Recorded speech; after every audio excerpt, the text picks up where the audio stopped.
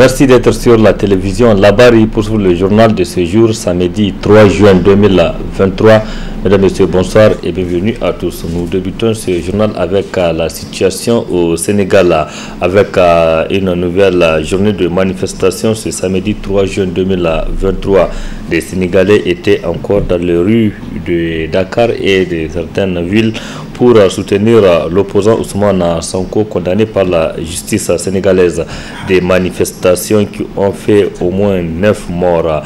Réaction du Forum de la société civile de l'Afrique de l'Ouest, Foscao, qui condamne ces événements avant d'appeler des partis à une médiation. Je vous propose de suivre le président de Foscao, Komla, ici ce matin ici à Niamey à l'occasion du Forum international de l'espace civique.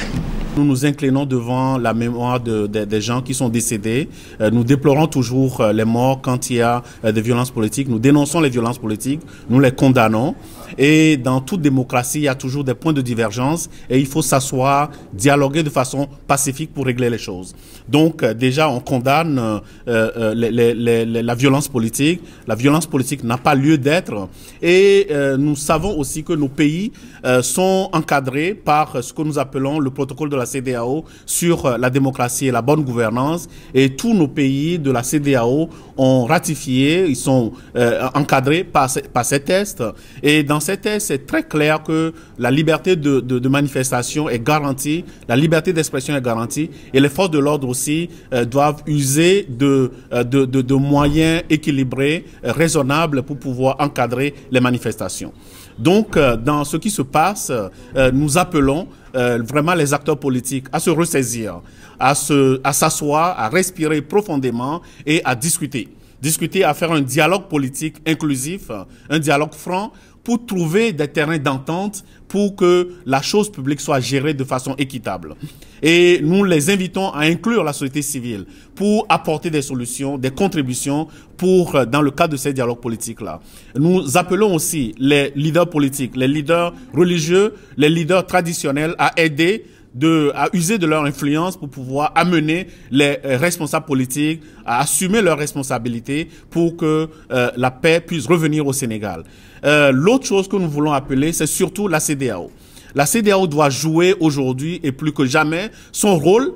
Et il y a le cadre de prévention des conflits de la CEDEAO. Nous appelons et nous invitons la CEDEAO à activer leur diplomatie préventive, qui est une composante de l'ICPF, du cadre de prévention des conflits de la CEDEAO, pour que la CEDEAO puisse rapidement diligenter des médiateurs sur place pour que les choses se rétablissent, pour que la paix puisse revenir au Sénégal. Parce que la démocratie sénégalaise a été un exemple jusqu'à présent et les violences politiques qu'on a aujourd'hui sont vraiment nouvelles et nous les condamnons. Nous appelons à ce que ça cesse immédiatement pour la paix des citoyens. Quand il y a des violences politiques de cette envergure, c'est évident que la démocratie est menacée. Et nous invitons les acteurs politiques et tous les partenaires, toutes les parties prenantes à prendre la mesure du danger et à faire en sorte que les intérêts personnels soient mis de côté et pour que l'intérêt général, l'intérêt du peuple sénégalais et surtout aussi, le Sénégal n'est pas un îlot, hein, le Sénégal fait partie d'une région ouest africaine et aussi fait partie d'un continent. Et l'Afrique de l'Ouest, l'Afrique en général, n'a pas besoin d'une autre zone de conflit. Donc nous invitons vraiment les acteurs politiques à se ressaisir. Nous savons que les acteurs politiques ou bien les partis politiques sont extrêmement orgueilleux parce que les partis politiques sont là pour prendre le pouvoir, garder et gérer le pouvoir, mais nous les invitons à voir l'intérêt général. L'intérêt général, c'est la paix, le développement économique des citoyens pour que l'Afrique de l'Ouest, l'Afrique en général, globalement, puisse aller de l'avant et puisse se concentrer sur l'essentiel. Nous voulons du développement et non des conflits. Les morts qui sont là sont des morts de trop et nous voulons que ça cesse.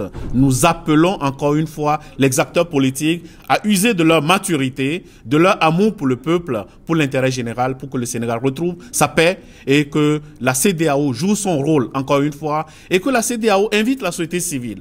Et la société civile inclusive, de façon inclusive, pour que l'on parle réellement d'une CEDEAO des peuples. Parce que la CEDEAO, la vision 2050 de la CEDEAO, c'est une CEDEAO des peuples. Il faut que ça s'active aujourd'hui, que la CEDEAO invite clairement les acteurs politiques toutes les parties prenantes, incluant la société civile, incluant le FOSCAO, pour qu'on puisse proposer des solutions pour qu'il y ait une contribution positive et qu'on parle réellement d'une CEDEAO des peuples.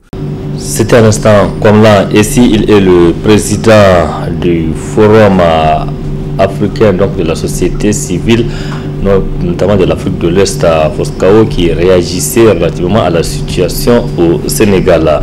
Autre réaction, toujours par rapport à ce qui se passe au Sénégal, c'est la réaction de Anobo Soumaïla, c'est un homme politique nigérien, lui aussi qui regrette ce qui se passe au Sénégal. On l'écoute. La situation au Sénégal, c'est trop compliqué, c'est très grave. Là où le président de la République va prendre un opposant pour le conduire en justice, pour diffamation, pour une condamnation de 10 ans de prison, mais vraiment c'est dangereux pour les Sénégalais. Pourquoi je dis ça? Parce que Macky Sall est en train de gâter donc, le nom du Sénégal. Lorsque l'autre là, comment s'appelle, le président Ouatt, était président, Macky, c'est lui le premier qui a combattu Ouatt, donc c'est un bon président. Un bon président doit faire ses archives.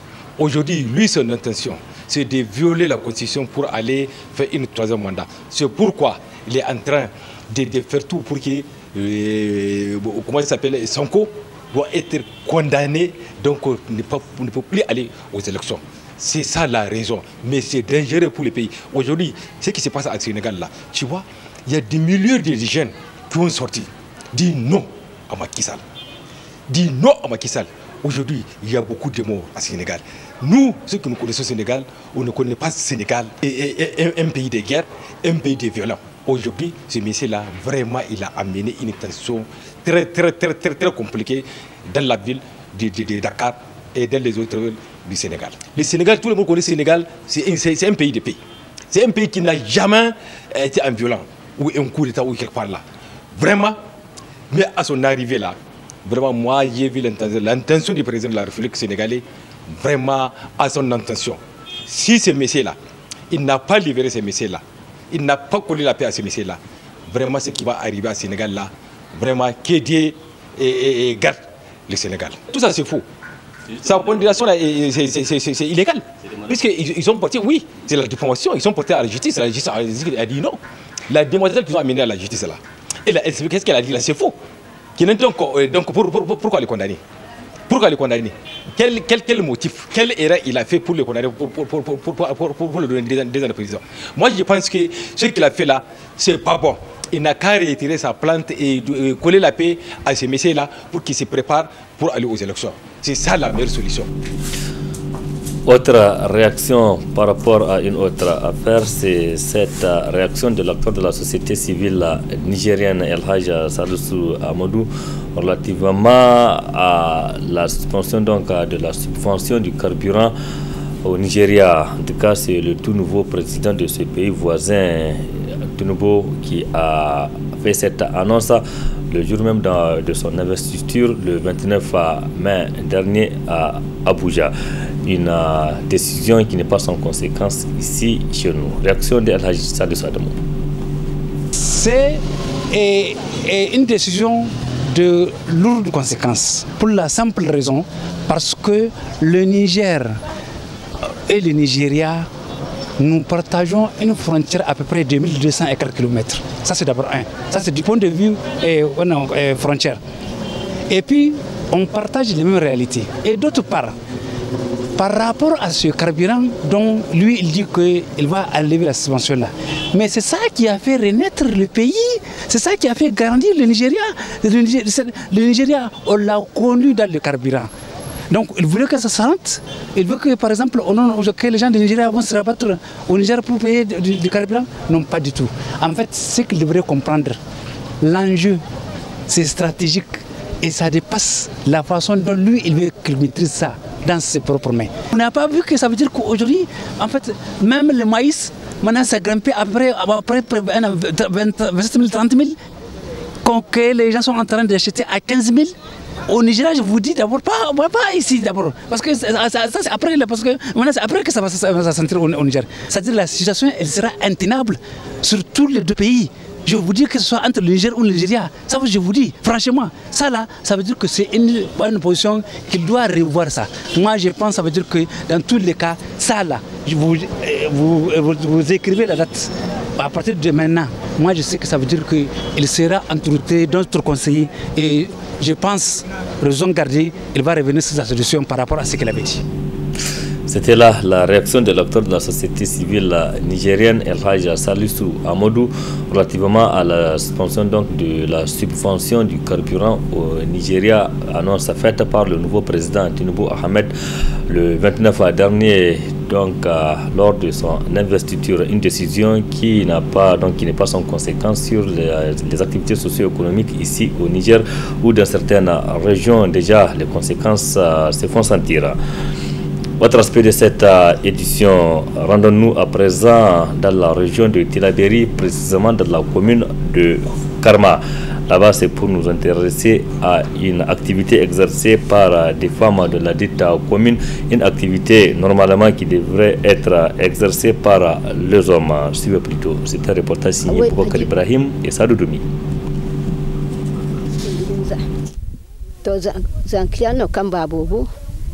Gaynay go il koy go gijal ay go gijale gayno no ne da hayora zanki gaynay go boy kay jine ay go goro iga zafi ga hagay ay mo hayo wasam kopo ay gijal gidan guso wora go yo gonde sandey wallahi hal man tirey posihina.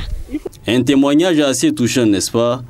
Ainsi, en plus de cette femme âgée, elles sont nombreuses les femmes de la commune rurale de Karma, localité se trouvant à 39 km de Niamey, à en faire de cette activité un moyen de subsistance.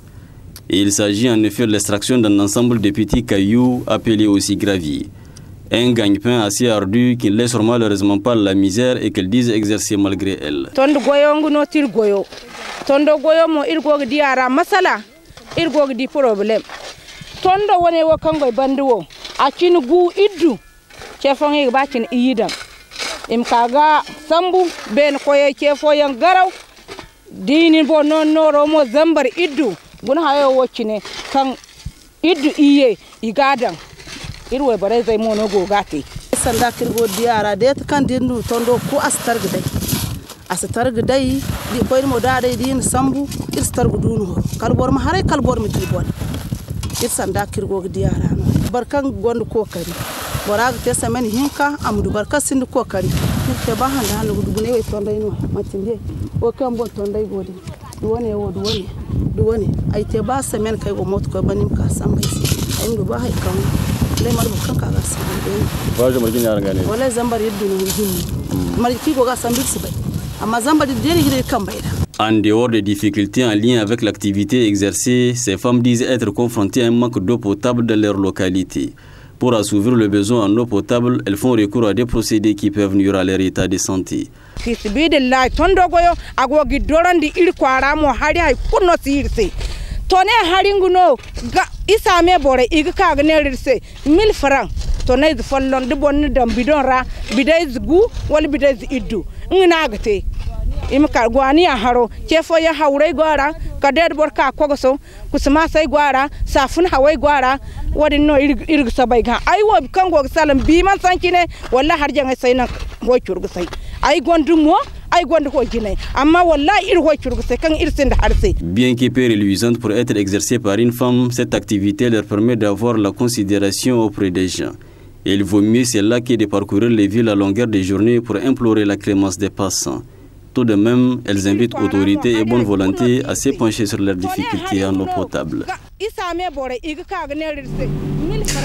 Du courage donc Boubacar Ibrahim à ces braves femmes. L'Italie a célébré hier, vendredi 2 juin 2023, le 77e anniversaire de l'avènement de sa République. Ici à Niamey, c'est la résidence de la diplomate de ce pays, accréditée au Niger, qui a servi de cadre à la commémoration de cette fête. C'était en présence de nombreux invités, au premier rang desquels les officiels nigériens et des diplomates des autres pays. Il y avait également nos reporters Adamou Soumana et Sadou Doumi. La résidence de la diplomate italienne à Niamey a refusé du monde par la présente cérémonie, marquant le retour à l'ordre constitutionnel normal de ce pays. Occasion pour l'ambassadrice de rappeler l'importance de cette date à l'assistance. Cette date rappelle le référendum historique de 1946, où les Italiennes et les Italiens, pour la première fois au suffrage universel, ont choisi d'abandonner la monarchie au profit de la République. Chers amis, les grands défis d'aujourd'hui, la recherche de la paix, la prospérité partagée, l'équilibre de notre planète et des êtres humains ne seront jamais gagnés si nous ne mettons pas tous ensemble. Solidarité, altruisme, partage, respect et efforts communs sont les réponses. À Emilia Gatto de poursuivre son intervention en soulignant la coopération combien fructueuse entre son pays et le Niger. Sur le plan sécuritaire, notre coopération militaire est partie en 2018 avec la mission bilatérale de soutien à la République du Niger, la MISIM, avec une approche de formation des forces de défense et de sécurité nigériennes afin de donner plus de confiance aux jeunes Nigériens que nous voyons engagés à défendre eux-mêmes leur territoire et leur population. Nous essayons aussi d'aider avec du matériel nécessaire, comme les 2 hélicoptères arrivés en octobre 2022, grâce à l'important soutien du ministère des Affaires étrangères italien, et 2 autres arriveront bientôt. Le deuxième volet, autant crucial, est la coopération au développement. Après l'expérience des années 80-90 du projet Keïta, gravé dans la mémoire du peuple nigérien, la coopération italienne continue d'intervenir aujourd'hui dans les domaines du développement rural avec diverses initiatives visant à cibler les causes profondes de l'insécurité alimentaire et des changements climatiques. La création d'emplois avec un accent sur l'accès à la formation professionnelle est également une priorité, avec l'assistance humanitaire d'urgence et du première résilience. Ensemble, nous avons écrit une belle page de notre coopération. Je suis convaincue que la plus belle page est celle qui viendra. Il est aisé de constater que l'Italie fait partie des pays du vieux continent qui entretiennent des relations privilégiées et de longue date avec le Niger. Joyeuses fêtes et que vive davantage la coopération nigéro-italienne. Nous irons à présent, Adamou, dans le nord du Niger, précisément dans le désert nigérien, région d'Agadez, pour découvrir des cités oubliées, mystérieuses, une architecture ancestrale qui est en train d'être inscrite au patrimoine mondial de l'humanité. Suivez plutôt. Au cœur du Sahara, à l'extrême nord du Niger, la silhouette d'une cité séculaire apparaît au loin comme un mirage. Le fort de Djaba, assiégé par le sable. Un peu plus loin, nichée dans une sublime palmeraie, se dresse une autre cité fantôme, la forteresse de Djado, entièrement faite de sel et d'argile. Il faut marcher dans les pas d'Abdul Kader Maman, employé à la mairie locale, pour découvrir toute la beauté de la ville, de ses murailles à ses tours de garde, en passant par ses dédales de ruelles. Ce qui manque vraiment aujourd'hui, c'est le tourisme, vraiment. Et du coup, vraiment la commune ne profite pas de cet endroit, vu vraiment l'insécurité qui est là. Aucun touriste, effectivement, ne s'aventure dans cette région reculée, aux frontières de la Libye et du Tchad, théâtre de trafic transsaharien en tout genre. Pas de voyageurs, ni de chercheurs. Aucune fouille, aucune datation scientifique n'a jamais été entreprise pour comprendre l'histoire de ces sites fortifiés, comme celle de Fachi. Son oasis, sa forteresse et sa cité labyrinthique aux murs quasi intacts. Ici aussi, la ville est déserte. Le muezzin de la localité en est l'ultime habitant. Impossible de dater avec exactitude l'âge du site. Pour Kiari Sidi Chagam, elle a été probablement bâtie entre le XVIIe et le XVIIIe siècle. Ce fort-là a été construit, je ne saurais vous dire avec exactitude quand même la date, mais on peut estimer ça au-delà de 200 ans quand même. Donc c'était des Touaregs tantôt, bien des Arabes, qui viennent faire la razzia au niveau du village. Les cités fortifiées appelées Ksar servaient à protéger les habitants contre les razzias et les invasions qui ont dévasté la région pendant des siècles. À l'arrivée des Européens au début du XXe siècle, elles ont perdu leur utilité avant de tomber doucement dans l'oubli aux grandes dames des habitants. N'est-ce pas ? Vous savez bien que les gens ont toujours passé, ils ont toujours dit qu'il est vraiment impératif, il est nécessaire d'écrire ça au patrimoine de l'UNESCO. Donc, c'est pas... Et la population, vraiment, on se retrouve à travers ce fort-là. Une histoire méconnue, jamais explorée ni écrite, celle de citadelles à l'architecture fragile, abandonnées dans le silence du désert. Point final de cette édition. Merci à vous de l'avoir suivi.